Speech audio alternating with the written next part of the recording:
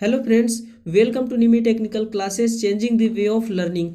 और स्वागत है आप सभी का निमी टेक्निकल क्लासेस के यूट्यूब चैनल में। तो प्यारे भाइयों, आज हम सिंगल फेज मोटर का पार्ट नंबर सेकेंड को कवर करने वाले हैं और इसमें टोटल 20+ मोस्ट इंपॉर्टेंट एमसीक्यूज होंगे। इस एमसीक्यूज सीरीज को प्रारंभ करने से पहले मैं आप सभी विद्यार्थियों को एक लाइन कहना चाहूँगा, आप ध्यान से सुनना। चलता रहूँगा पथ पर, चलने में माहिर बन जाऊँगा। चलता रहूँगा पथ पर, चलने में माहिर बन जाऊँगा। या तो मंजिल मिल जाएगी या फिर एक अच्छा मुसाफिर बन जाऊँगा। तो प्यारे भाइयों, चाहे आप एक विद्यार्थी हो, चाहे कोई भी व्यक्ति हो, हर इंसान के जीवन का एक सपना होता है, एक लक्ष्य होता है। और जब आप अपने लक्ष्य पे काम करना स्टार्ट करते हो तो आप संघर्ष करते करते इतना सीख जाते हो कि जिस पथ पर आप चलते हो तो उस पथ पर जाके आपको या तो मंजिल मिल जाती है या फिर आप उस पथ का एक अच्छा मुसाफिर बन जाते हैं। तो दोस्तों, ये लाइन कहीं ना कहीं आपकी सफलता से संबंधित था और आपके लिए एक बेस्ट मोटिवेशनल था। और इसी मोटिवेशन के साथ मोटिवेट होकर हम अपने इस सीरीज के तरफ प्रारंभ होते हैं। मैं आपको कुछ खास बातें बताने जा रहा हूँ कि कुछ खास एवं अति महत्वपूर्ण प्रश्न जो आपको सफलता दिलाने में संपूर्ण मदद करेगी। निमी टेक्निकल क्लासेस के द्वारा इस तरह का वीडियो और इस तरह का एमसीक्यूज आपको प्रोवाइड कराती रहेगी। और विद्यार्थियों की सफलता को ध्यान में रखते हुए निमी टेक्निकल क्लासेस यूट्यूब चैनल द्वारा आपके लिए बेहतर से बेहतर करने की लगातार कोशिश की जा रही है। निमी टेक्निकल क्लासेस चाहती है कि अगर कोई भी विद्यार्थी, कोई भी स्टूडेंट इस चैनल को विजिट करे तो यहाँ से अपने बेस को स्ट्रोंग कर सके, अपने शिक्षा को बिल्ड अप कर सके और अपने इस शिक्षा को एक बेहतर निखार, पर्टिकुलर डायरेक्शन दे सके। हमारी हमेशा से यही लगातार कोशिश रही है। तो दोस्तों, अगर आप इस चैनल पे नए हैं तो इस चैनल को तुरंत सब्सक्राइब कीजिए और इस वीडियो को उन सभी स्टूडेंट के पास शेयर कीजिए जिसे बहुत ज़रूरत है ऐसे एमसीक्यूज की, इस तरह की वीडियो को। तो इस वीडियो को लाइक करिए, इस वीडियो को शेयर करिए और अगर नए होंगे तो इस चैनल को सब्सक्राइब कर लीजिए। हम चलते हैं अपने इस सेशन की तरफ। ये हमारा क्वेश्चन आज का सबसे पहला क्वेश्चन है और ये हमारे पिछले वीडियो का क्वेश्चन था और इसको हम इस वीडियो में सॉल्व करेंगे, करेक्ट। और चलिए, यदि यूनिवर्सल मोटर के आर्मेचर वाइंडिंग को लघु परिपथ या ओपन परिपथ किया जाता है तो क्या होगा। यदि यूनिवर्सल मोटर के आर्मेचर वाइंडिंग को लघु परिपथ करते हैं, लघु परिपथ जब कोई सर्किट शॉर्ट हो जाती है तो रेजिस्टेंस क्या हो जाता है, रेजिस्टेंस हो जाता है डाउन। डाउन का मतलब हो जाता है कि ये जीरो हो जाता है। अब जब रेजिस्टेंस जीरो हो जाता है तो करंट हमारा बूस्ट कर जाता है, करंट क्या हो जाएगा, उच्च हो जाएगा। जब करंट उच्च हो जाता है ना तो उस कंडीशन में क्या होता है कि हैवी कम्यूटेशन होने लगता है। कम्यूटेशन का मतलब होगा यहाँ स्पार्किंग। स्पार्किंग कहते किसको हैं मैं ये बताऊंगा, ठीक है। तो यूनिवर्सल मोटर का आर्मेचर वाइंडिंग यदि शॉर्ट सर्किट हो जाती है तो हैवी कम्यूटेशन होगा, ठीक है। और ओपन सर्किट हो जाने के कंडीशन में भी हैवी कम्यूटेशन होगा। और ये ओपन सर्किट कब हो रहा है, जब सर्किट हमारी शॉर्ट हो गई उस दरमियान सर्किट ओपन हो जाएगी। तो जब शॉर्ट सर्किट होगी तो हैवी कम्यूटेशन होगा। कम्यूटेशन का मतलब होता है स्पार्किंग होना, ठीक है। स्पार्किंग, ये स्पार्किंग क्या होता है, मान लीजिए कि ये मेरा एक कंडक्टर है, इस कंडक्टर में करंट फ्लो हो रहा है, यानी कि इलेक्ट्रॉनों का प्रवाह हो रहा है। जब इलेक्ट्रॉन उच्च गति के कारण, जब इसमें इलेक्ट्रॉन उच्च गति के कारण प्रवाह होते हैं तो इनकी गति अति उच्च होने के कारण ये अनियंत्रित हो जाते हैं और अनियंत्रित होकर ये वातावरण में इलेक्ट्रॉन के कण कूद जाते हैं। और वातावरण में देखिए धूल, मिट्टी, कण, इन सभी के कण उपस्थित हैं। इलेक्ट्रॉन का कण और धूल मिट्टी का कण जब आपस में टकराते हैं तो टकराने से एक चिंगारी पैदा होती है। क्या, चिंगारी। और इसी चिंगारी को हम स्पार्किंग बोलते हैं, राइट। तो आपका इसका राइट आंसर हो जाएगा ऑप्शन नंबर ए कि यदि सर्किट शॉर्ट होता है तो उस कंडीशन में हमारा रेजिस्टेंस डाउन हो जाता है और करंट हाई हो जाता है, जिसकी वजह से हाई करंट की वजह से हैवी स्पार्किंग होती है, हैवी कम्यूटेशन होती है, राइट। चलिए, आज का हमारा सबसे पहला नंबर का सवाल, निम्नलिखित विकल्पों में से प्रेरण मोटर में निम्न प्रारंभिक टॉर्क होती है। इन चारों विकल्पों में से ऐसा कौन सा विकल्प है, ऐसा कौन सा मोटर है जिसका प्रारंभिक टॉर्क निम्न होता है? क्या स्लिप रिंग इंडक्शन मोटर है, या फिर उच्च स्पीड मोटर है, कम्यूटेटर मोटर या squirrel cage motor? Slip ring motor, तो स्लिप रिंग जो मोटर होती है इसका स्टार्टिंग टॉर्क उच्च होती है। करेक्ट, इसका टॉर्क क्या होती है? उच्च। इसमें क्या होता है कि एक प्रतिरोध लगा देते हैं, बाहरी रियोस्टेट लगा देते हैं। उस रियोस्टेट को लगाने के बाद स्लिप रिंग मोटर का जो टॉर्क होता है वो उच्च हो जाता है। ठीक है, तो हमसे निम्न के बारे में पूछा गया है, तो ऑप्शन नंबर ए हो गया हमारा रॉन्ग। उच्च स्पीड मोटर, ये जो स्पीड होता है ये टॉर्क के अकॉर्डिंग ही ये चलता है। स्पीड टॉर्क के समानुपाती होता है, यानी कि टॉर्क यदि हाई रहेगा तभी स्पीड हाई होगी, नहीं तो यदि टॉर्क डाउन हो जाएगा तो स्पीड भी डाउन हो जाएगी। तो देखिए उच्च स्पीड यानी कि टॉर्क उच्च होगा तभी तो स्पीड उच्च हुई। हमसे पूछा क्या गया है? निम्न स्टार्टिंग टॉर्क, तो ये भी हो गया रॉन्ग। कम्यूटेटर मोटर में होता नहीं है। ऑप्शन ही केवल हमारे पास एक बचा, स्क्वायरल केज मोटर। ये squirrel cage motor single phase प्रकार का होता है और 3 फेज प्रकार का भी होता है, और इसका जो स्टार्टिंग टॉर्क होता है वो बहुत ही डाउन होता है। चलिए, ये हमारा नेक्स्ट अगला क्वेश्चन है। एसी और डीसी दोनों प्रकार के सप्लाई पर संचालित होने वाली मोटर है। प्रेरण मोटर, देखिए प्रेरण मोटर एसी से तो संचालित हो जाती है, बट ये डीसी से नहीं होती।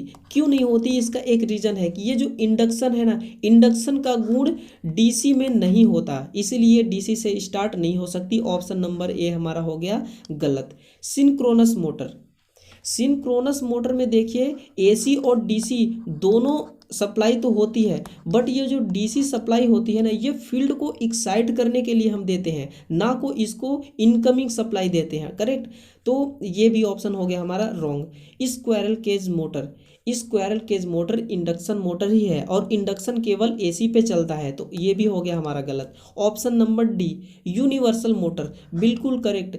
ये जो यूनिवर्सल मोटर होता है, इस मोटर को डिजाइन ही इस तरह से किया जाता है कि ये एसी और डीसी दोनों प्रकार की सप्लाई को एक्सेप्ट कर सके और दोनों प्रकार की सप्लाई पे संचालित हो सके, तो यूनिवर्सल मोटर ही हमारा करेक्ट आंसर होगा। ठीक है, चलिए अगला क्वेश्चन है।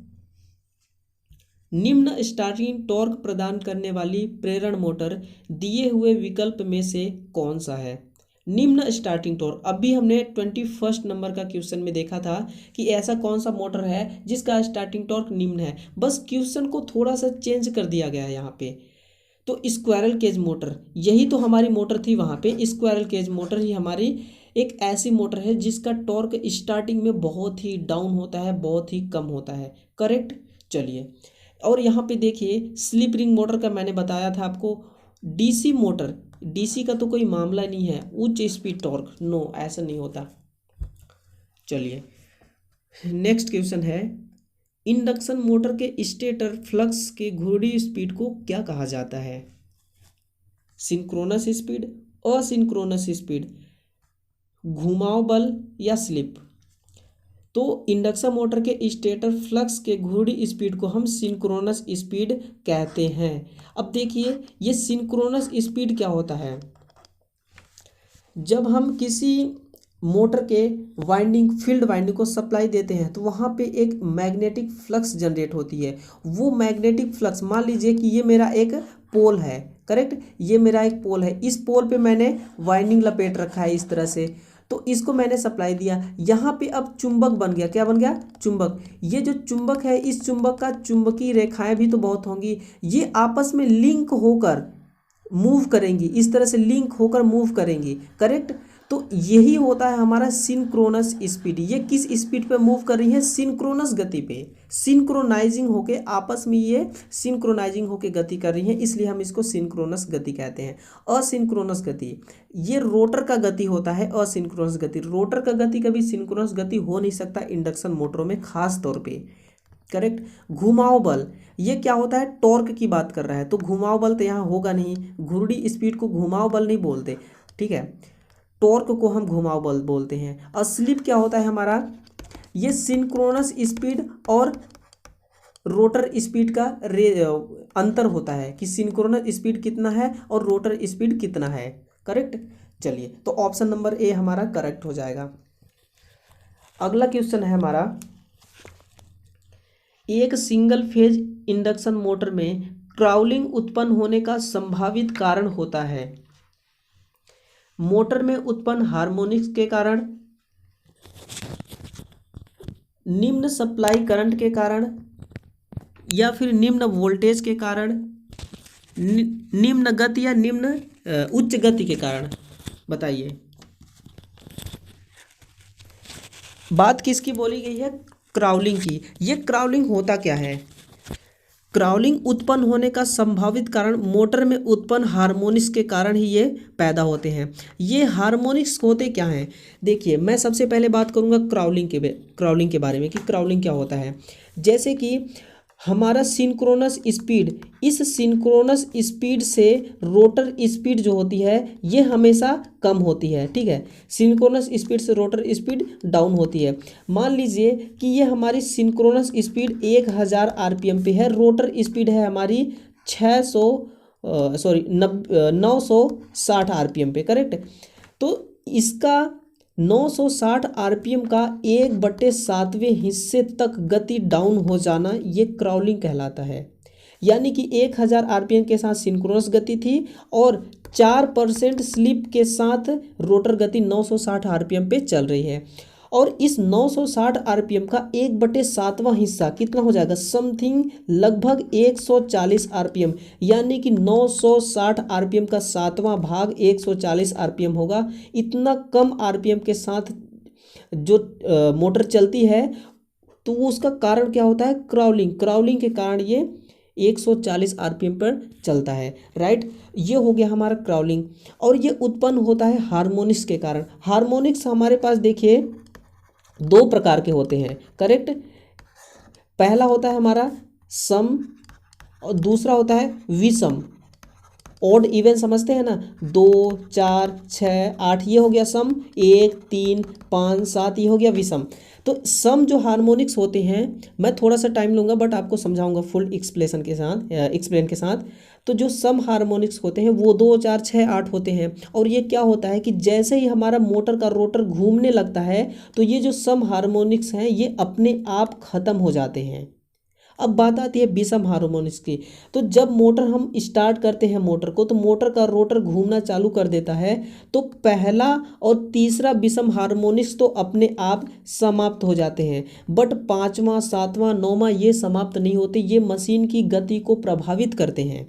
ठीक है, तो मशीन की गति को प्रभावित करते हैं। तो एक समय ऐसा आता है कि मोटर का जो रोटर होता है ना, इतना डाउन गति से चलने लगता है कि मोटर का रोटर ब्लॉक हो जाता है, मोटर चलना बंद कर देता है। राइट। तो अब बात होती है कि सबसे नुकसानदायक विषम हार्मोनिक्स कौन सा है? तो ये 5वें नंबर का हार्मोनिक्स जो होता है सबसे नुकसानदायक हार्मोनिक्स होता है। आप इस चीज़ को नोट कर लीजिए, बड़ा ही इंपॉर्टेंट बात बताया हूँ मैं आपको।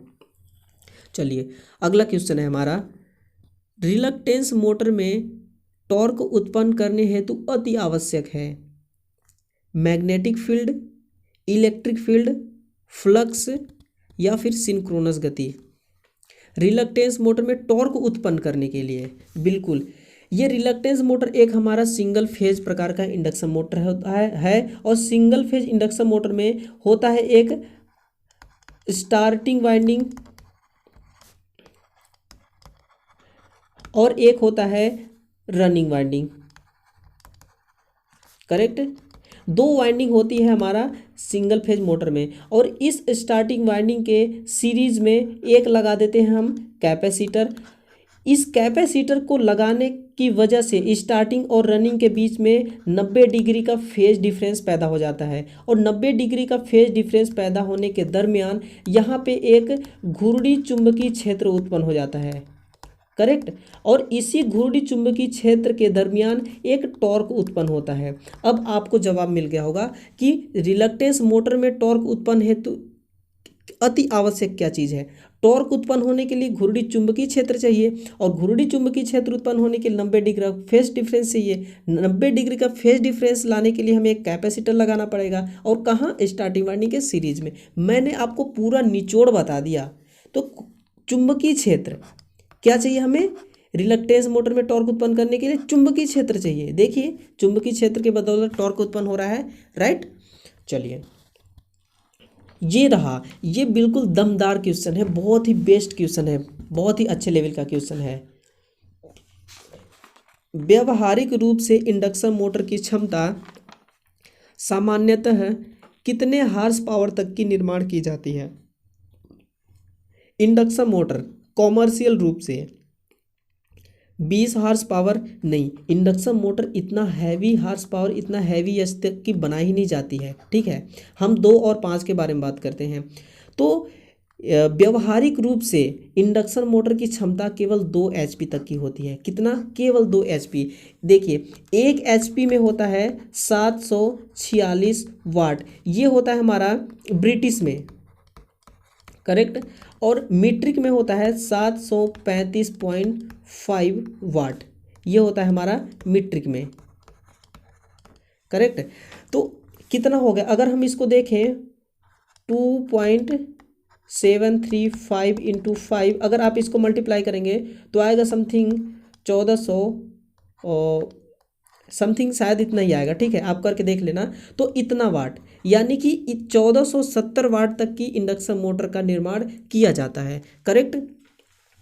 तो हम 2 HP तक के इंडक्शन मोटर को निर्माण करने के लिए काम में लेते हैं, ठीक है। चलिए नेक्स्ट क्वेश्चन है हमारा, सिंगल फेज मोटर जो घूर्णन प्रति मिनट निम्न स्पीड के साथ करती है। एक सिंगल फेज मोटर है जो घूर्णन तो कर रही है लेकिन निम्न स्पीड के साथ कर रही है, ऐसा कौन सा मोटर है? सार्वत्रिक motor, shaded pole motor, reluctance motor या फिर shunt motor, correct.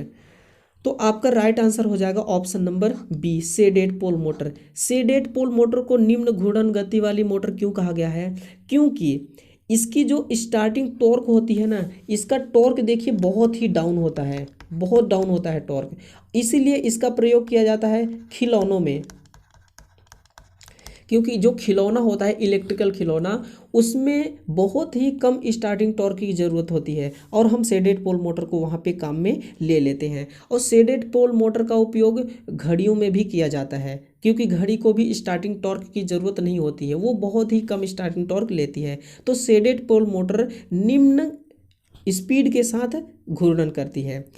Universal motor, universal motor की गति बहुत ज़्यादा होती है, 14,000 RPM तक इसकी गति होती है। और 14,000 RPM तक शायद ऐसा कोई मोटर ही नहीं बना जो 14,000 RPM पर घूमे, ठीक है। तो यूनिवर्सल मोटर होगा नहीं। रिलक्टेंस मोटर, रिलक्टेंस मोटर तो ऐसी मोटर है जो जिसकी गति उच्च होती है, पावर फैक्टर उच्च होती है, लोड वहन करने की क्षमता उच्च होती है, यानी कि हर एक चीज़ इसका बेटर है, तो ये भी नहीं हो सकता। शंट मोटर होगा नहीं। आपको जवाब मिल गया होगा। चलिए 29 नंबर का क्वेश्चन है, बहुत ही गजब का क्वेश्चन है दोस्तों। निम्नलिखित में से किस प्रकार के प्रेरण मोटर में स्पीड नियंत्रित करने के लिए रियोस्टेट विधि का उपयोग किया जाता है? ऐसा कौन सा मोटर है इनमें से जिसकी स्पीड कंट्रोल करना है हमें, और रियोस्टेट विधि के द्वारा? रियोस्टेट क्या होता है? हमारा एक तरह का वेरिएबल रेजिस्टेंस होता है। रेजिस्टेंस को यदि किसी सर्किट में लगाओगे तो क्या करोगे, ये वेरिएबल रेजिस्टेंस है, घटा भी सकते हो इसके मान को, बढ़ा भी सकते हो इसके मान को। मान लीजिए मैं रेजिस्टेंस के मान को बढ़ाता हूँ तो करंट का मान डाउन हो जाएगा, रेजिस्टेंस के मान को घटाता हूँ तो करंट का मान बूस्ट हो जाएगा। तो मुझे यहाँ पे स्पीड कंट्रोल करने की ज़रूरत है, तो मैं क्या करूँगा, रेजिस्टेंस के मान को बढ़ाऊँगा। यदि रेजिस्टेंस के मान को बढ़ा दिया तो करंट हो जाएगा डाउन, करंट डाउन हो गया तो फ्लक्स हो जाएगी हमारी डाउन, फ्लक्स डाउन तो हमारी टॉर्क भी हो जाएगी डाउन। और जब टॉर्क डाउन हो जाएगी तो टॉर्क ही तो घुमाव बल होता है, टॉर्क ही तो रोटर को घुमाता है। जब टॉर्क डाउन हो गया इसका मतलब घुमाव बल डाउन हो गया, फिर हमारी रोटर की जो गति है वो भी डाउन हो जाएगी, रोटर की गति कंट्रोल हो गई और हमें कंट्रोल ही करना है रियोस्टेट के द्वारा। तो हम ऐसा स्क्वायरल केज मोटर में करते हैं। किस में करते हैं? स्क्वायरल केज मोटर में, करेक्ट। चलिए उम्मीद करता हूँ बहुत ही अच्छे तरह से समझ गए होंगे आप। इतना फुल एक्सप्लेन के साथ आपको समझाने वाले बहुत ही कम मिलेंगे दोस्तों। मैं ये नहीं कह रहा हूँ कि मैं ही आपको सबसे बेस्ट समझाता हूँ, ठीक है। मैं ये कह रहा हूँ कि मेरा हमेशा से यही उद्देश्य रहता है कि मैं अपने स्टूडेंट को बेहतर तरीके से क्वेश्चनों को सॉल्व कराऊँ, जिससे आपको भी फ़ायदा हो और आप समझ सकें हर एक प्रश्न का जवाब कैसे मिला, आपको किस कारण से आया। मैं इन सभी चीज़ों पे डिस्कस करता हूँ। करेक्ट। अगला क्वेश्चन है हमारा 30 नंबर का। बताइए इसका राइट आंसर क्या होगा। एसी शंट मोटर हेतु डिजिटल पैनल इंडक्टर के लिए आवश्यक ऑक्सिलरी शक्ति प्रदाय किसके द्वारा किया जाता है। ऑक्सिलरी शक्ति प्रदाय मतलब हो गया कि सहायक power supply. Correct. AC shunt motor हेतु डिजिटल पैनल इंडक्टर नहीं, यहाँ पे इंडिकेटर होगा दोस्तों, ये मिस्टेक हो गया। इंडिकेटर, इंडिकेटर के लिए आवश्यक ऑक्सिलरी शक्ति प्रदाय किसके द्वारा सप्लाई किया जाता है। एसी सप्लाई द्वारा, बैटरी द्वारा, एसी कैपेसिटर द्वारा या डीसी कैपेसिटर द्वारा। पहले तो आप डीसी को करिए कट, क्योंकि जो कैपेसिटर है ये डीसी में ओपन सर्किट की भांति कार्य करता है, और कोई भी सर्किट यदि ओपन हो गया तो उसमें से धारा का प्रवाह नहीं चलता। ठीक है, धारा का प्रवाह नहीं चलेगा। एसी कैपेसिटर, एसी कैपेसिटर का उपयोग देखिए दो तरह से किया जाता है। एक तो पावर फैक्टर सुधारने के लिए और दूसरा फेज विभक्त प्रदान करने के लिए। करेक्ट। तो हमें यहाँ पे कोई पावर फैक्टर नहीं सुधारना है, ना ही कोई फेज विभक्त करना है, ये भी हो गया गलत। बैटरी, डीसी सप्लाई हमें नहीं चाहिए, क्योंकि पैनल ही हमारी एसी है, यानी कि हमारी एसी प्रकार की शंट मोटर ही है। तो एसी शंट मोटर को हम बैटरी से यानी कि डीसी सप्लाई थोड़ी देंगे, हमें एसी सप्लाई की ही ज़रूरत होगी। करेक्ट। तो पैनल इंडिकेटर के लिए हमें एसी सप्लाई की ज़रूरत पड़ेगी। एसी सप्लाई के द्वारा हम इसको पैनल इंडिकेटर को स्टार्ट करेंगे। करेक्ट। चलिए अगला क्वेश्चन है हमारा, एक इंडक्शन मोटर का पावर गुणांक सामान्यतः होता है 0.8 लैगिंग, 0.5 लीडिंग, यूनिटी या फिर 0.6 लैगिंग। ध्यान दीजिएगा, पावर फैक्टर, ये पावर फैक्टर होता क्या है। देखिए ये पावर फैक्टर आता है लोड से। कहाँ से आएगा ये, लोड से। यदि किसी सर्किट में आप लोड कनेक्ट करते हैं तभी पावर फैक्टर आएगा, अन्यथा पावर फैक्टर का मान बहुत ही कम होता है, निम्न के बराबर होता है। ठीक है, तो अब हमारे पास लोड आती है तीन प्रकार की। एक आती है रजिस्टिव लोड, इंडक्टिव लोड और कैपेसिटिव लोड। ये तीन हमारे लोड के प्रकार हो गए, और इन तीनों लोड में पावर फैक्टर अलग अलग होता है। सबसे पहले बात करते हैं रजिस्टिव लोड के बारे में। तो इसमें करंट और वोल्टेज दोनों फेज में होते हैं। किस में होते हैं, फेज में। इस कारण इनके वोल्टेज और करंट के बीच में कोई डिफरेंस नहीं होता है, और जब करंट और वोल्टेज के बीच में कोई डिफरेंस नहीं होता है तो पावर फैक्टर हो जाता है हमारा एक इकाई हो जाता है। करेक्ट। और फिर बात आती है इंडक्टिव लोड में। इंडक्टिव लोड उसको बोलते हैं जिसमें कॉइल होता है, जिसमें वाइंडिंग होती है, उसको हम इंडक्टिव बोलते हैं, क्योंकि वहाँ कॉइल में इंडक्टेंस का गुण आ जाता है, इसलिए हम उसको इंडक्टिव बोलते हैं। इंडक्टेंस का गुण जहाँ भी आ गया तो पावर फैक्टर वहाँ हो जाती है हमारी लैगिंग। क्या हो जाती है, लैगिंग हो जाती है। करेक्ट। तो कितना लैगिंग होगी, 0.8 या 0.6, ये हम आगे बात करेंगे। फिर आती है हमारे पास कैपेसिटिव लोड। ठीक है, इस कैपेसिटिव लोड में क्या होता है, इसमें कैपेसिटर का गुण आ जाता है, और कैपेसिटर करंट को हमेशा बढ़ा देता है। ठीक है, और करंट को क्या करेगा, बढ़ा देगा। जब करंट वोल्टेज से आगे चला जाता है तो 90 कितना जाता है, 90 डिग्री आगे चला जाता है, इसमें 90 डिग्री पीछे हो जाता है। 90 डिग्री पीछे हो जाता है इसलिए लैगिंग हो जाती है पावर फैक्टर। ये 90 डिग्री आगे चला जाता है इसलिए ये लीडिंग हो जाती है। करेक्ट। तो लीडिंग पावर फैक्टर। हमें पूछा गया है इंडक्शन मोटर में, तो इंडक्शन मोटर में इंडक्टिव का गुण होगा कितना, करंट और वोल्टेज के बीच फेज डिफरेंस होगा 90 अंश का, और गुण कैसा रखेगा, लैगिंग का। तो 0.8 लैगिंग होगा या 0.6, ये दोनों तो गए कट। तो 0.6 होता है in single phase induction motor का। अगर 3 फेज इंडक्शन मोटर के बारे में पूछे तो आप लिखना 0.8 लैगिंग। करेक्ट। 3 फेज का 0.8 लैगिंग, सिंगल फेज का 0.6 लैगिंग। चलिए अगला क्वेश्चन है हमारा, निम्नलिखित विकल्पों में से स्टेपर मोटर है इनमें से ऐसा कौन सा मोटर है जो स्टेपर मोटर है? बहुत ही शानदार क्वेश्चन है, बहुत ही बढ़िया क्वेश्चन है दोस्तों। कैपेसिटर स्टार्ट मोटर है स्टेपर मोटर की तरह, या फिर इंडक्शन मोटर है, या सिंक्रोनस मोटर, या इनमें से ऐसा कोई मोटर ही नहीं है जो स्टेपर मोटर की तरह है? नहीं, ऐसा नहीं है, इनमें से कोई है। ठीक है, सिंक्रोनस है या कैपेसिटर स्टार्ट है या फिर इंडक्शन है। तो स्टेपर मोटर की तरह सिंक्रोनस स्पीड है। अब आप कहोगे कि स्टेपर मोटर हमारे सिंगल फेज प्रकार की है, सिंक्रोनस हमारे 3 फेज प्रकार की है, तो कहाँ समानता हुई? तो समानता यहाँ पे होती है। देखिए, ये जो हमारा स्टेपर मोटर है, स्टेपर मोटर, ये भी सेल्फ स्टार्ट नहीं है। क्या नहीं है? सेल्फ स्टार्ट नहीं है। और सिंक्रोनस मोटर भी हमारी सेल्फ स्टार्ट नहीं है, यानी कि ये दोनों सेल्फ स्टार्ट मोटर नहीं है। ये समानता हो गई ना, इसीलिए इसी शब्दों को ध्यान में रखते हुए स्टेपर मोटर को सिंक्रोनस मोटर कहा गया है। बाकी तो ये स्टेपर मोटर सिंगल फेज प्रकार की है, सिंक्रोनस मोटर सिंगल और 3 दोनों प्रकार की होती है। ठीक है, अब हम बात करते हैं कुछ स्टेपर मोटर के एक्स्ट्रा इंफॉर्मेशन के बारे में। स्टेपर मोटर को उपयोग देखिए रोबोटिक्स में किया जाता है। कहाँ? रोबोट में या फिर ऑटोमोबाइल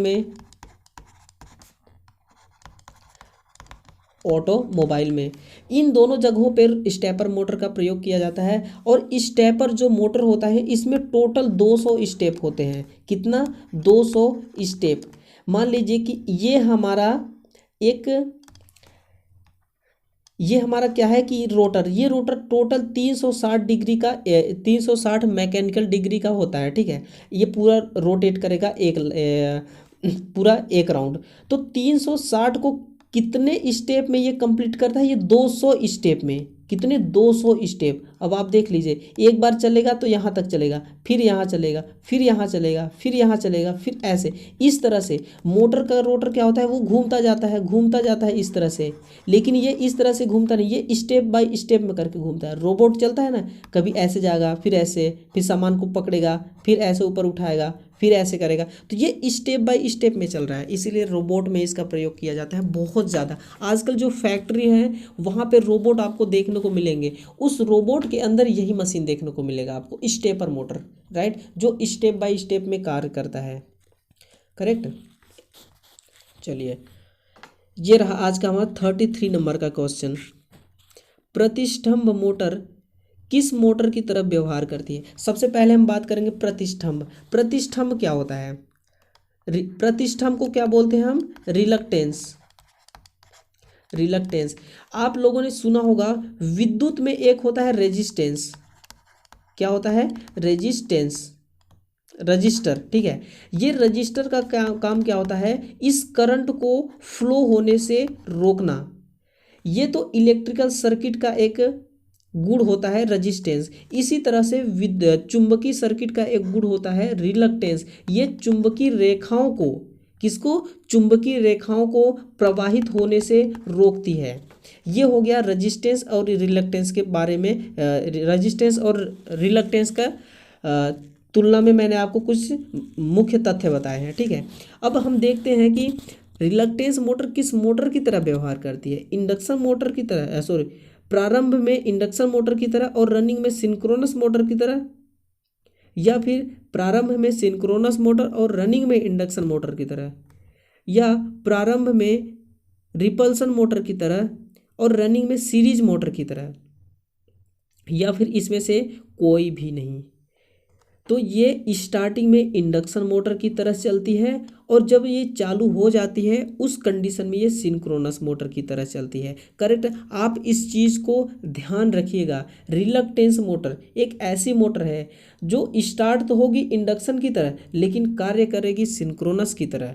करेक्ट, आप इस चीज़ को ध्यान रखिएगा। और रिलक्टेंस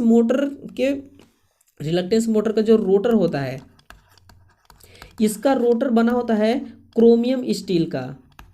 किसका? Chromium steel.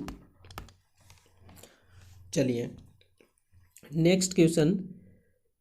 एक ऐसा मोटर जो सिंगल फेज होते हुए भी उच्च शक्ति गुणांक के साथ चलती है, ये तो बहुत ही अच्छा मोटर है कि जो सिंगल फेज होने के बावजूद भी ये उच्च पावर फैक्टर के साथ चलती है। कैपेसिटर स्टार्ट मोटर या रिपल्सन मोटर, सर्व योग्य मोटर या डबल कैपेसिटर मोटर। देखिए इसमें से कैपेसिटर स्टार्ट मोटर तो होगा नहीं, और सर्व योग्य का मतलब हो गया यूनिवर्सल मोटर।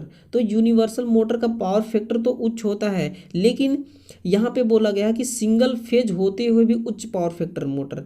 तो इसमें देखिए होता है रिपल्सन मोटर में, किसमें, रिपल्सन मोटर में एक गुण पाए जाते हैं कि सिंगल फेज होने के बावजूद भी यह उच्च पावर फैक्टर के साथ चलती है। ठीक है, इस रिपल्सन मोटर का बहुत सारा फीचर्स होते हैं, मैं समझा ही देता हूँ आपको। ये हो गया रिपल्सन मोटर का कम्यूटेटर। ठीक है, इस कम्यूटेटर में दो आपको कार्बन ब्रश देखने को मिलेंगे, तो वो कार्बन ब्रश आपको यहाँ पे मिलेंगे देखने के लिए। ठीक है, तो आर्मेचर वाइंडिंग के द्वारा इन दोनों कार्बन ब्रशों को शॉर्ट कर दिया जाता है, और इस कम्यूटेटर का एक्सिस ये होता है, और इसकी गति देखिए बड़ी आसानी से चेंज हो जाती है। यहाँ पे क्या होता है कि इस अक्ष से इस कार्बन ब्रश के बीच का जो एंगल है ये 20 डिग्री का होना चाहिए। यदि इसको 20 डिग्री राइट टू लेफ्ट लेके जाएंगे तो इस मोटर की घूमने की गति चेंज हो जाती है। करेक्ट, आपको इस चीज़ के बारे में ध्यान रखना है,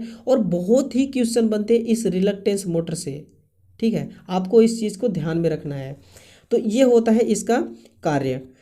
और रिपल्सन मोटर का पावर फैक्टर उच्च होता है। रिपल्सन मोटर का स्टार्टिंग करंट निम्न, पावर फैक्टर उच्च, और इसकी लोड वहन करने की क्षमता उच्च होती है। ठीक है, यही सारे गुण होते हैं इस रिलक्टेंस मोटर के बारे में।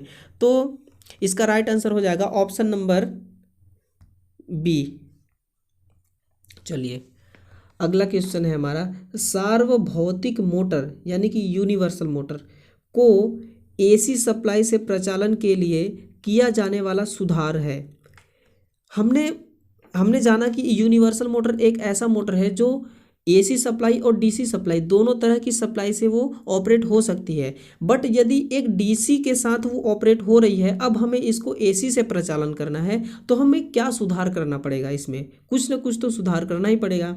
नहीं तो हम डीसी मोटर को एसी सप्लाई से नहीं चला देते, और एसी मोटर को डीसी सप्लाई से ना चला देते। ठीक है, तो हमें कुछ ना कुछ इसमें से इम्प्रूव करना होता है। तो क्या इम्प्रूव करना है, क्षेत्र कुंडलन में टर्न की संख्या कम तथा आर्मेचर कुंडलन में क्षेत्र की संख्या अधिक करके, या फिर आर्मेचर में कंपनसेटिंग वाइंडिंग लगाकर, या आर्मेचर कॉइल तथा कम्यूटेटर के बीच प्रतिरोध डालकर। क्षेत्र कुंडलन यानी कि फील्ड वाइंडिंग की टर्न की संख्या को कम करके और आर्मेचर के टर्न की संख्या को अधिक करके, बिल्कुल ये किया जाता है। एक यूनिवर्सल मोटर है, उसको यदि हम एसी सप्लाई से चलाएंगे तो उसकी फील्ड वाइंडिंग में जो टर्न की संख्या उसको डाउन कर देते हैं। करेक्ट, और आर्मेचर वाइंडिंग में जो टर्न की संख्या उसको बढ़ा देते हैं। आर्मेचर में कंपनसेटिंग वाइंडिंग, यदि कंपनसेटिंग वाइंडिंग लगा देते हैं तो कम्यूटेशन का जो प्रभाव होता है वो डाउन हो जाता है। आर्मेचर कॉइल एवं कम्यूटेटर के बीच प्रतिरोध डाल देते हैं, तो क्या होता है वहाँ पे जो स्पार्किंग होती है, करंट क्या करता है, कम्यूटेटर में जो आर्मेचर का कॉइल लगा होता है, यहाँ पे मैं आपको बताता हूँ, ये कम्यूटेटर का खंड हो गया। ठीक है, आर्मेचर का कॉइल यहाँ पे आके लगा होता है, तो यहाँ पे क्या होता है, एक स्पार्किंग पैदा हो जाता है। कब, जब करंट हमारा रिवर्स बायस में आता है तो यहाँ पे एक स्पार्किंग पैदा होता है। तो उसी स्पार्किंग को रोकने के लिए आर्मेचर कॉइल तथा कम्यूटेटर के बीच एक रेजिस्टेंस डाल देते हैं। तो ये तीनों चारों काम हमें करना पड़ता है। ठीक है ना, यदि हम एसी से चलाने की कोशिश करेंगे एक सार्वभौतिक मोटर को। तो विद्युत रेल इंजन में सामान्यतः किस प्रकार के मोटर को प्रयोजन दिया जाता है? बहुत ही बढ़िया क्वेश्चन है। यह हमें इलेक्ट्रिकल ट्रेन के बारे में पूछ रहा है कि एक इलेक्ट्रिकल ट्रेन का इंजन है, उस इंजन में किस प्रकार का मोटर यूज किया जाता है और उस मोटर की रेटिंग कितनी होती है, ये हमें पूछ रहा है। तो यहाँ पे मोटर देखिए वही यूनिवर्सल मोटर प्रयोग किया जाता है, यूनिवर्सल मोटर। अब ये यूनिवर्सल मोटर रेल के इंजन में तो प्रयोग किया गया। ठीक है, अब इस यूनिवर्सल मोटर की क्षमता कितनी है, इसकी एचपी ही इसकी क्षमता होती है। तो ये 2200 एचपी की यूनिवर्सल मोटर विद्युत रेल इंजन में लगाया जाता है। यूनिवर्सल मोटर का जो स्टार्टिंग टॉर्क है वो उच्च होता है। अब हम बात करते हैं कि जो रेल इंजन होता है इसमें उच्च स्टार्टिंग टॉर्क प्रदान करने के लिए यूनिवर्सल मोटर को क्यों लगाते हैं। अब देखिए जो इंजन होता है, मान लीजिए कि ये मेरा एक इंजन हो गया, ठीक है। इस इंजन से पीछे बोगी कितने सारे कनेक्ट होते हैं, बहुत सारे बोगी कनेक्ट होते हैं इस तरह से। तो इन सभी बोगी को खींचने के लिए इसको उच्च स्टार्टिंग टॉर्क की जरूरत होगी, तभी तो इन सभी बोगियों को लेकर ये ट्रेन आगे चल पाएगी। तो उच्च स्टार्टिंग टॉर्क कौन दे सकेगी, यूनिवर्सल मोटर देगी, और यूनिवर्सल मोटर 2200 एचपी का होता है, करेक्ट। और इसमें देखिए जो हमारी रेलवे लाइन होती है वहाँ पे 600 वोल्ट होता है और 2200 एचपी, हाँ सॉरी 2200 एचपी, सॉरी ये 2000 एचपी नहीं दोस्तों, 2200, ये मिस्टेक हो गया, ठीक है। 2200 एचपी की हमारी यूनिवर्सल मोटर होती है और 25 हर्ट्ज सप्लाई की फ्रीक्वेंसी होती है, ठीक है। कितनी फ्रीक्वेंसी होती है, 25 हर्ट्ज सप्लाई वाली फ्रीक्वेंसी, 2200 एचपी का यूनिवर्सल मोटर और 600 वोल्ट की सप्लाई, करेक्ट। तो ऑप्शन नंबर सी होगा, ये ऑप्शन नंबर नहीं, ये मिस्टेक हो गया था। ऑप्शन नंबर बी हमारा राइट आंसर होगा कि 2200 एचपी की मोटर होगी यहाँ पे और यूनिवर्सल मोटर होगी।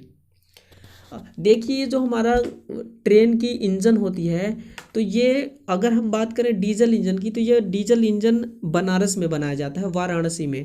और जो इलेक्ट्रिक इंजन होता है ये चितरंजन में बनाया जाता है। आप इस चीज़ को नोट कर लीजिएगा क्योंकि एग्ज़ाम में पूछ सकता है, ठीक है। कौन क्वेश्चन आपके लिए इम्पोर्टेंट बन जाए कुछ नहीं कहा जा सकता, राइट।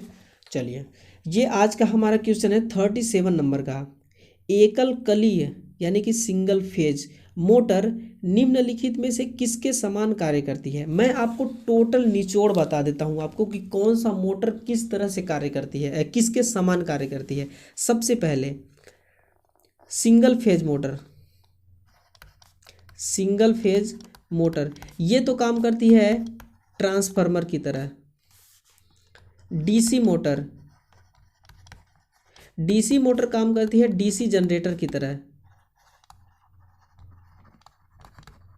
और डीसी जनरेटर हमारी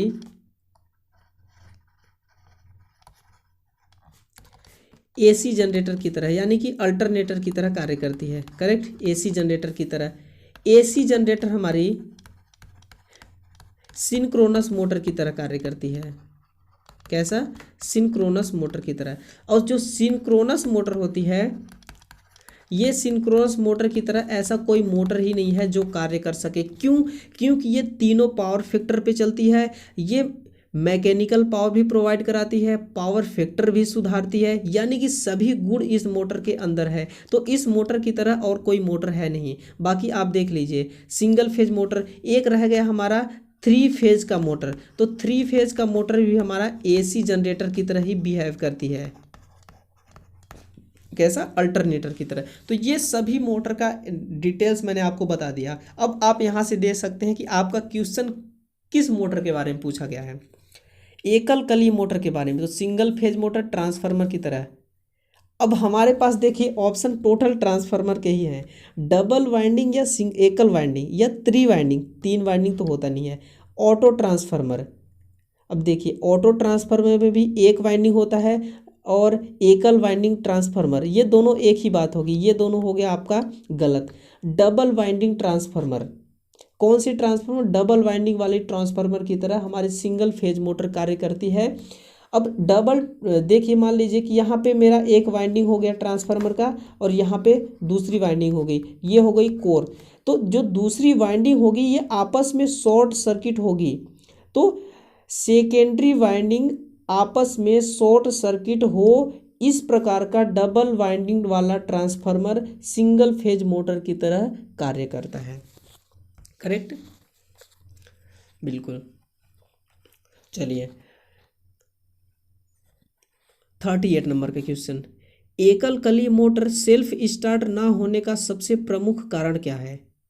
बहुत ही बढ़िया क्वेश्चन दोस्तों। सिंगल फेज मोटर के बारे में हमसे पूछा है कि ये सेल्फ स्टार्ट क्यों नहीं है, इसका सबसे प्रमुख कारण क्या है। निम्न पावर करंट, निम्न सप्लाई करंट नहीं, निम्न सप्लाई करंट नहीं, पल्सेटिंग चुंबकीय क्षेत्र।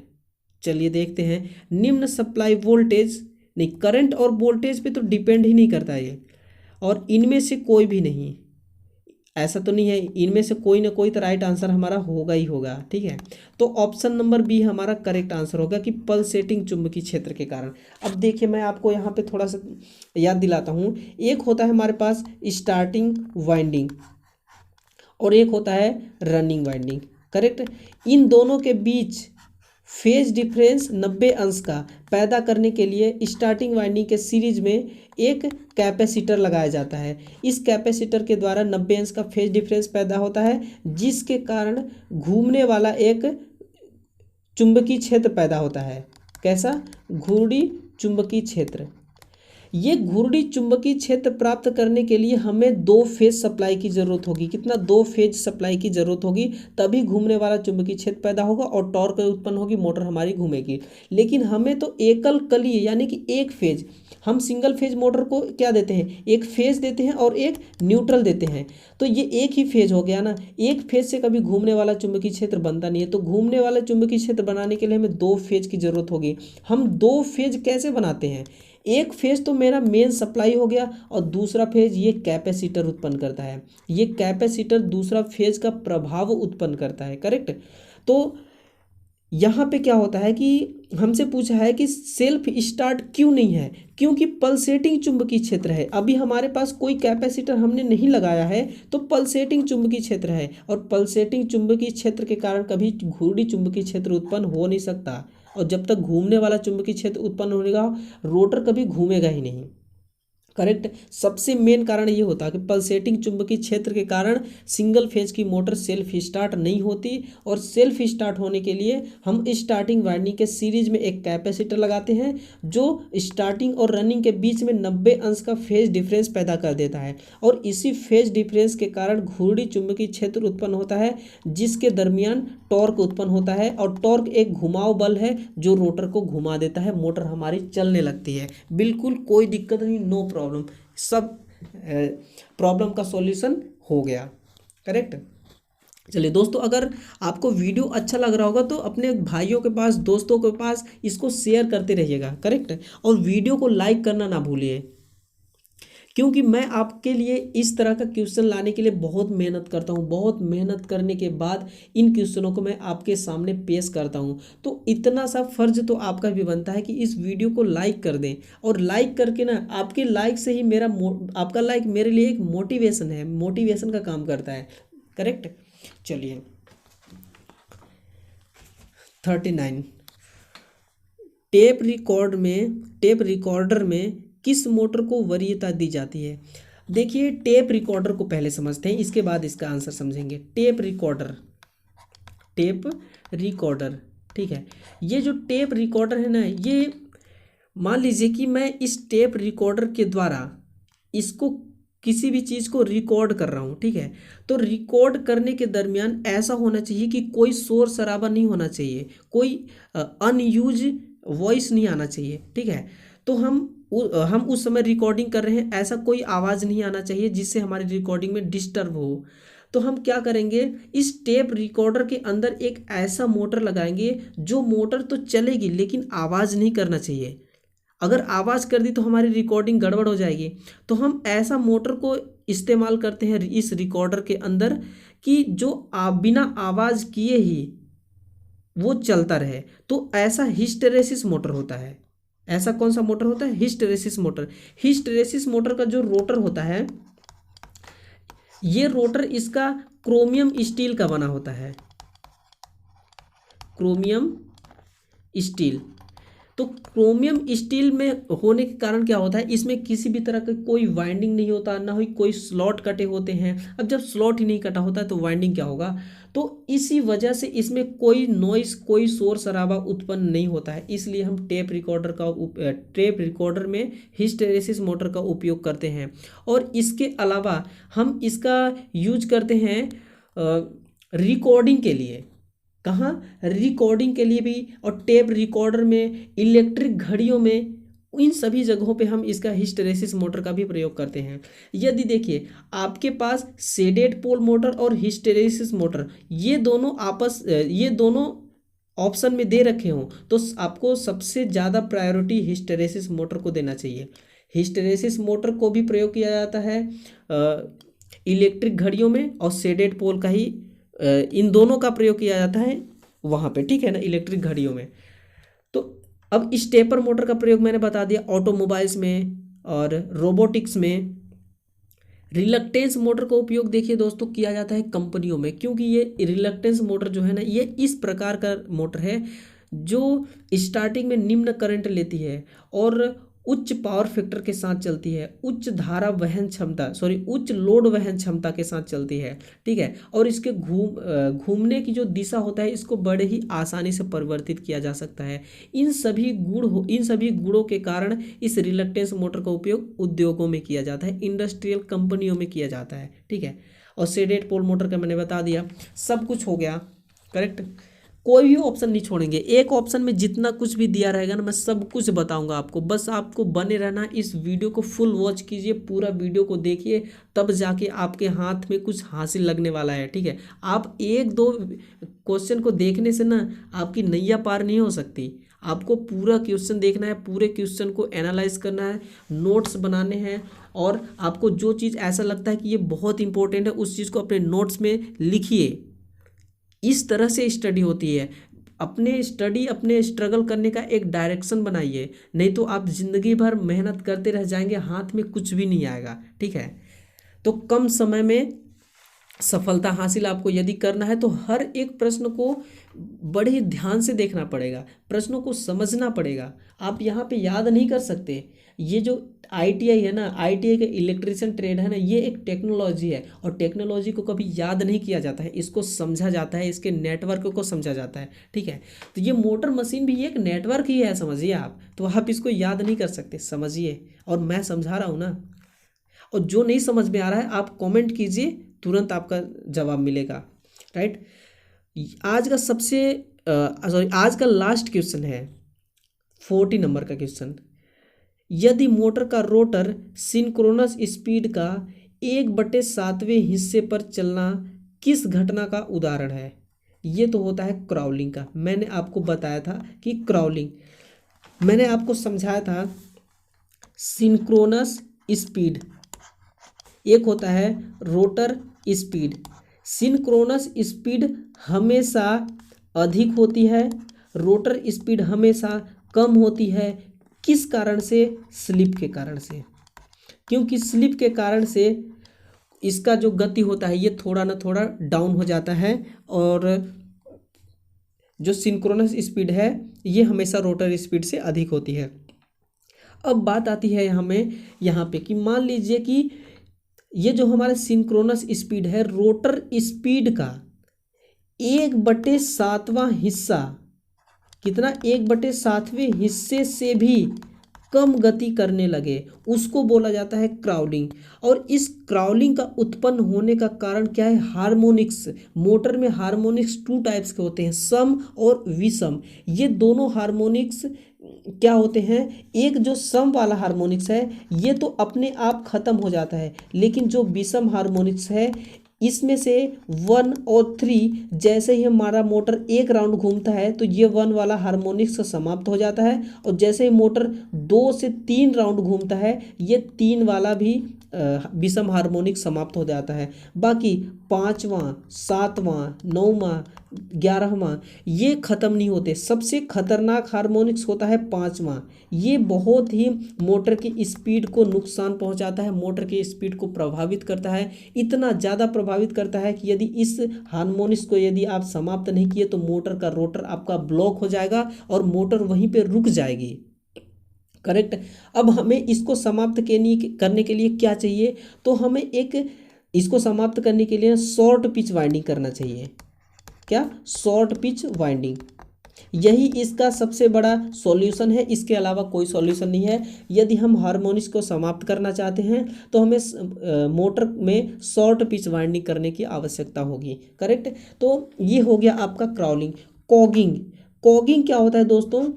ये जो हमारा मोटर का रोटर होता है उस रोटर में जो स्लॉट्स बने होते हैं, रुकिए 1 मिनट, मैं आपको इसको ढंग से बता देता हूँ, करेक्ट, बस आप थोड़ा सा रुक लीजिए। चलिए कॉगिंग के बारे में बताता हूँ। रोटर में जो स्लॉट लगे होते हैं, ये जो रोटर में स्लॉट लगे होते हैं ये तिरछा लगे होते हैं। कैसे होते हैं? तिरछा, इस तरह से। तो ये तिरछा क्यों होते हैं? तिरछा इसलिए होते हैं, कॉगिंग को समाप्त करने के लिए हम इसको स्क्यूड करते हैं, थोड़ा सा तिरछा करते हैं, ताकि ये हमारा कॉगिंग का प्रभाव ना हो। यदि कॉगिंग का प्रभाव होगा ना तो ये जो हमारा रोटर है, ये रोटर यहीं पे वाइब्रेट करती रहेगी लेकिन ये घूमेगी नहीं, करेक्ट। तो कॉगिंग को समाप्त करने के लिए हम रोटर के स्लॉट को तिरछा बनाते हैं। आप लोग देखे होंगे, मैं थोड़ा सा डायग्राम सही बना के अच्छे से बना के दिखाता हूँ। इस तरह से होता है रोटर का स्लॉट, करेक्ट, ऐसे। तो इसको इसीलिए तिरछा बनाया जाता है ताकि कॉगिंग समाप्त हो जाए। इंचिंग, देखिए इंचिंग यहाँ पे नहीं होता है, इंचिंग का प्रभाव स्टार्टरों में होता है। वहाँ पे एक पुश बटन होता है इस तरह से, करेक्ट, इस तरह से पुश बटन होगा। इस पुश बटन को जब तक आप दबाए रहेंगे तब तक सप्लाई इधर पास होती रहेगी, करेक्ट। जब तक आप दबाए रहेंगे तब तक सप्लाई पास होती रहेगी। जब छोड़ देंगे तो ये हमारी जो पुश बटन है ये फिर से इस सर्किट को ओपन कर देगी। तो हमें किसी सर्किट को बार बार ऑन ऑफ करना इंचिंग कहलाता है। किसी भी सर्किट को बार बार ऑन करना इंचिंग कहलाता है। और हमिंग ट्रांसफार्मर में होता है, हंटिंग होता है हमारा, जब मोटर का लोड परिवर्तित किया जाता है उस समय मोटर का जो रोटर होता है वो रोटर वाइब्रेट करने लगता है। इस तरह से रोटर कंफ्यूज हो जाता है कि लोड तो चेंज हो रहा है बट मुझे अब घूमना किस डायरेक्शन में, कितने स्पीड से घूमना है। रोटर कंफ्यूज हो जाता है और वो वहीं पे हंट करने लगता है इस तरह से। तो उसी को बोलते हैं हंटिंग। और इस हंटिंग को समाप्त करने के लिए डैम्पर वाइंडिंग लगाया जाता है। क्या? Damper winding. इसी डैम्पर वाइंडिंग के द्वारा हंटिंग को ख़त्म किया जा सकता है। तो ये आपके सभी ऑप्शनों का जवाब मिल गया, लेकिन इसका right answer option number A होगा, करेक्ट। चलिए, और ये क्वेश्चन है जो आपके नेक्स्ट वीडियो में समझाया जाएगा। आप इसका जवाब कमेंट बॉक्स में देना। और क्वेश्चन पढ़ लेते हैं हम। फेज शिफ्ट द्वारा कंट्रोलिंग एनोड और जाल वोल्टेज यानी कि ग्रिड वोल्टेज के मध्य किसके द्वारा हासिल की जाने में मदद मिलती है? क्वेश्चन कुछ पल्ले नहीं पड़ा है ना, समझाता हूँ। हम एनोड और ग्रिड वोल्टेज इन दोनों के मध्य कंट्रोलिंग किसके द्वारा कर रहे हैं? फेज शिफ्ट के द्वारा कंट्रोलिंग कर रहे हैं, ठीक है। तो फेज शिफ्ट के द्वारा कंट्रोलिंग करने के लिए हमें किस चीज़ की ज़रूरत पड़ेगी, किस चीज़ के द्वारा मदद मिलेगी? तो वो किस चीज़ के? इंडक्शन रेगुलेटर के द्वारा, या अल्टरनेटर तुल्यकालिक मोटर, या डीसी जनरेटर के द्वारा? क्वेश्चन आ गया होगा समझ में। तो इसका जवाब आप कमेंट में देना और फिर हम इसको कल देखेंगे, ठीक है। तो दोस्तों अगर वीडियो पसंद आ गया हो तो वीडियो को लाइक कीजिए, दोस्तों के साथ शेयर कीजिए और चैनल को सब्सक्राइब कर लीजिए, क्योंकि हमने डीसी मोटर, डीसी जनरेटर को कवर कर लिया। अब बारी चल रही है हमारी एसी मोटर की, सिंगल फेज प्रकार के एसी मोटर की। फिर हम पढ़ेंगे थ्री फेज प्रकार के एसी मोटर को, फिर अल्टरनेटर, सिंक्रोनस मोटर। सभी मोटरों के क्वेश्चन को मैं आपको सॉल्व कराऊंगा। और हर एक क्वेश्चन बहुत ही मज़ेदार क्वेश्चन होता है दोस्तों, जैसा कि आपने अभी देखा। हर एक प्रश्न बहुत ही बेस्ट लेवल का क्वेश्चन है। ये total question previous year question paper है जो मैं आपको एनालाइज करवा रहा हूँ यहाँ पे, करेक्ट। और दोस्तों अब हमारी और आपकी मुलाकात होगी बहुत ही जल्द नेक्स्ट वीडियो के साथ। और तब तक के लिए थैंक यू, धन्यवाद।